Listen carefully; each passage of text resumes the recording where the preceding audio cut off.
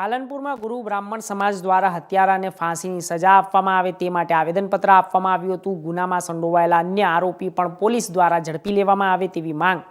કચ્છ જિલ્લાના માંડવી તાલુકાના ગોધરા આંબોદ ધામે અનુસૂચિત જાતિની દીકરીની હત્યા કરવામાં આવી હતી, જેમાં આરોપીને કડકમાં કડક સજા થાય તે માટે પાલનપુરમાં ગુરુ બ્રાહ્મણ સમાજ દ્વારા પાલનપુરમાં આવેદનપત્ર આપવામાં આવ્યું હતું.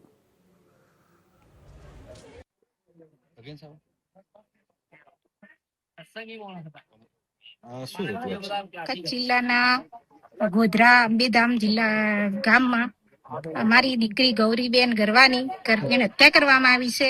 એને હત્યારાની ફાંસીની સજા થાય અને ગૌરીબેનના પરિવારને અને એમના આત્માને શાંતિ મળે અને એમના પરિવારને ન્યાય મળે એવી કડકમાં કડક સજા થાય એવી અમારી માંગ છે.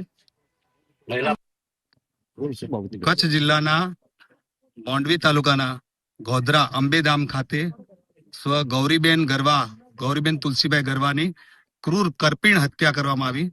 કોઈ સાગર સંઘાર નામના એક આતંકવાદી જેવું કૃત્ય કહી શકાય એવી એક જબરદસ્ત એને મારી નાખવામાં આવી. એક તરફી પ્રેમમાં એને આવું એક પગલું ભર્યું છે.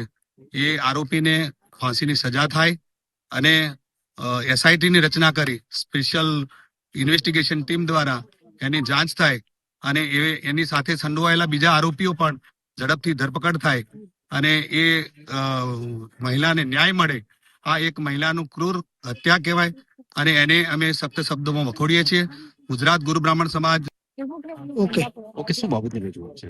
આજે કચ્છ ભુજ જિલ્લાના માંડવી તાલુકાના ગોધરા અંબેધામ ખાતે ગૌરી તુલસીબેન ગરવા નામની ગુરુ બ્રાહ્મણ સમાજની દીકરીની કરપીણ હત્યા સવારના સમયે કરવામાં આવી છે. એ કરપીણ હત્યા કરનાર નરાધમોને ફાંસીની સજા આપવામાં આવે અને આવું કૃત્ય કર્યું છે જે બનાસકાંઠા જિલ્લા ગુરુ બ્રાહ્મણ સમાજ અને તમામ સમાજના આગેવાનો બધા જ મળીને કલેક્ટર સાહેબને આવેદનપત્ર આપીએ છીએ અને આ દીકરીના પરિવારને ન્યાય મળે અને આવું અધમ કૃત્ય કરનાર આ હત્યારાને ફાંસીની સજા આપવામાં આવે. કડકમાં કડક તપાસ થાય. પોલીસે કાર્યવાહી કરીને એની ધરપકડ પણ કરી છે, પણ અમારું કહેવું છે કે એને ફાંસીની સજા આપવામાં આવે અને ગુજરાતમાં આવું કૃત્ય કરનાર લોકોને એક સબક મળે.